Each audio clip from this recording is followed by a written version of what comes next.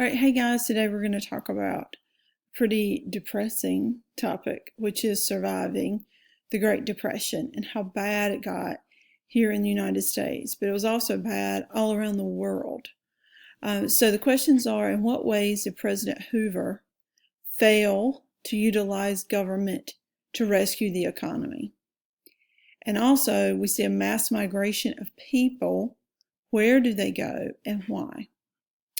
Okay, so we're going to start with the shanty towns. So the U.S. sees a huge rise in shanty towns, which are shacks. They're going to be nicknamed Hoovervilles. There's so many of them. They're like a neighborhood. People are literally going to live in cardboard boxes, in little tin houses that they've pieced together. It's really pitiful because they've lost their homes and their property to bank foreclosures, things like that. So we call these areas Hoovervilles as a name to mock the president because he failed to get the economy out of this terrible depression. I have a picture of a Hooverville for you to see. And you can kind of see this man is fixing his roof. And he's got like pieces of rock and like looks like cinder block sort of on top to hold the roof down. And you see just, I know it's not the best picture because I widened it, but made it bigger. But you can see all in the background. It just is pretty rough looking neighborhood. That's a Hooverville. Okay, here's another one which says, "Welcome to Hooverville. Hard times are still hoovering over us." And you see there's like a soup kitchen behind them, and they're living in like tents. It's really bad. Okay, so in the cities, you're going to have certain lines form. I brought one with me. You see, bread lines. Simple bread was so hard to come by. And this is something we sort of take for granted, that when you accept, if there's like going to be 2 flakes of snow, then everybody runs to the grocery store and gets bread and milk. But otherwise, there's plenty of bread in the store and it's fairly cheap. It's usually like $2 to $3, depending on what kind you get. There's just not any bread to be found. So people would literally line up near those soup kitchens and form lines to get bread or get a cup of soup. And churches would put this on, or even in some cases, the government. Farm families lost their homes. They're starving. They decide to leave the area they live in to find work. And in the Midwest, life's even harder because there's a double whammy. Not only is there's an economic depression, but it says low crop prices meant farmers do not cultivate their field. That's the economic depression.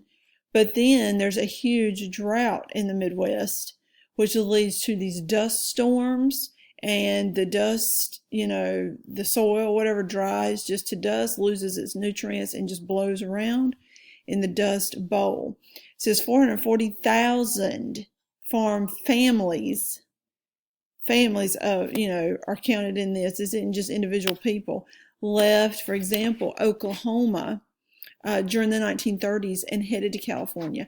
They had heard a rumor that there were grape picking jobs in California where you could work like a migrant as day labor and pick grapes. And this rumor spread throughout all these shanty towns, these Hoovervilles, and people started driving west to California to work. And they're nicknamed Okies because a lot of them came from Oklahoma. However, you're going to have people leave Arkansas and other states too, and they're going to be nicknamed Okies as well, just as a general title of migrants. This is seen as a derogatory term. I mean, they're mistreated. They're looked down upon by others who actually may have had a little something during this depression, but honestly, not many people had a lot. But Okies were sort of an ugly word, I guess you could say. I wanted to show you a picture of a dust bowl. Here's a bread line. Gives you an idea of, lines of people lining up to get food. And here's a picture of a dust bowl. And you kind of see, this isn't the best picture, but in the background there's all this dust. And you see there's just like nothing growing. because everything had just been turned to dust. People sold apples and pencils to make money. Children suffered from poor diet, little medical care. They're hungry. They're, any kind of bacterial infection or virus that they get, they're not able to, their parents don't have any medications. They can't afford anything. Men felt like failures. Now, there is a misnomer, a myth, that there's this high rate of suicide during the Great Depression. That is not true. But I would say a lot of men felt like failures to their families. And men, more than women during this time, because the men were the breadwinner. Like, they're the ones making the money, so they're the ones buying the food for the families. And the women did not work outside the home. So only the men made a paycheck. And because they can't pay for their family's needs, they feel like they're failures. Now, there is more suicides during the time, but it doesn't rise drastically and stay up. There is also mental illnesses that occur because of this depression and the problems that it causes. Some women fed their families on roots, on grass, on anything they get their hands on. That reminds me of The Migrant Mother, which is probably one of my most favorite pictures to show. I just want you to look at it carefully. There are 3 children in the picture. So if you can see, there's 1, 2, and 3, this baby. And so this migrant mother in one of these camps is having to take care of all these children. Imagine having a baby during this time and feeding the baby, and feeding your kids who are hungry constantly. They cry at night because they're hungry. People started doing just about anything to be able to feed their children.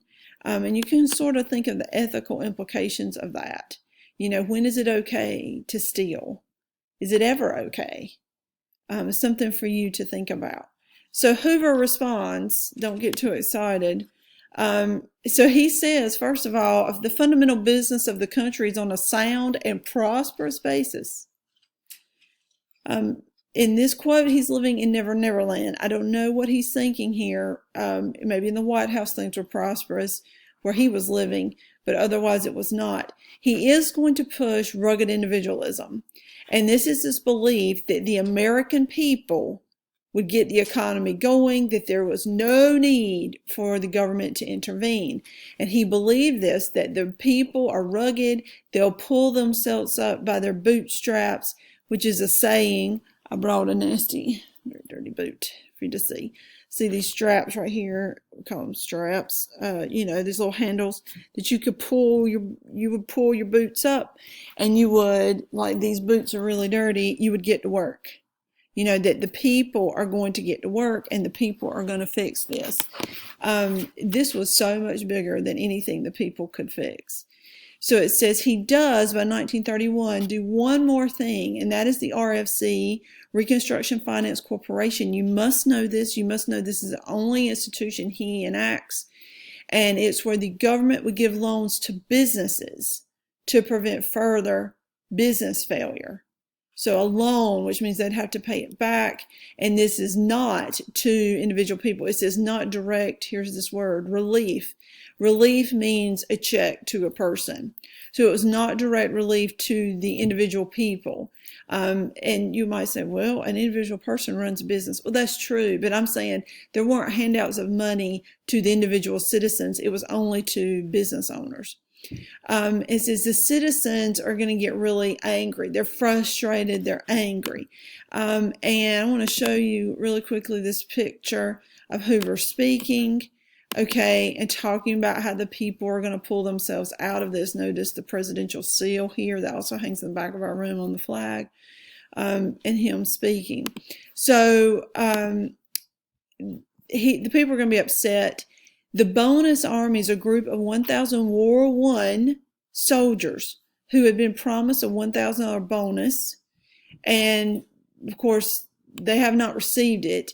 And it says they marched to Washington to protest the fact they've not received their bonus. By the time they get there, there's 15,000 of them. Other men have joined them. The Senate votes down the bill to give them their check. You could argue because that was a lot of money and the government doesn't have that kind of money right now. Many refused to leave. They just camped out. Hoover calls in the Army, the current Army, to have these World War I veterans removed. I mean, talk about a horrible PR scandal at public relations. If there had been real media back then, TV cameras, oh my goodness, that would have been just horrible to see and made Hoover look even worse. Rumor obviously gets out about this, but it's not as bad as if it had been on TV. Remember, his original saying was 2 cars in every garage. Now they're going to say 2 families in every garage. They're going to say people are literally living in carports. They're living in cardboard shacks. You know, he's not done one thing for us. This RFC didn't do enough. And rugged individualism, while people are trying, they're looking for work, that's not going to be enough to pull the whole country out of this economic depression. Okay, so I'm going to go back to do the essential questions. You need to go to the end of this and write your summary. So let's go back and do the essential questions. They say, in what ways did Hoover fail to utilize the government to rescue the economy? Well, I would put rugged individualism. He really thought the people would pull themselves up by their bootstraps and do it themselves. That the people are rugged and hardworking and they'll take care of this, and the government did not need to intervene.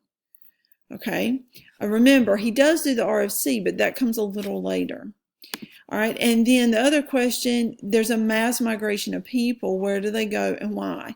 So these people are the Okies. They're going to leave the Midwest, not just Oklahoma, and they're going to travel, farm families that travel towards California. I'm getting it all combobulated in my mouth here.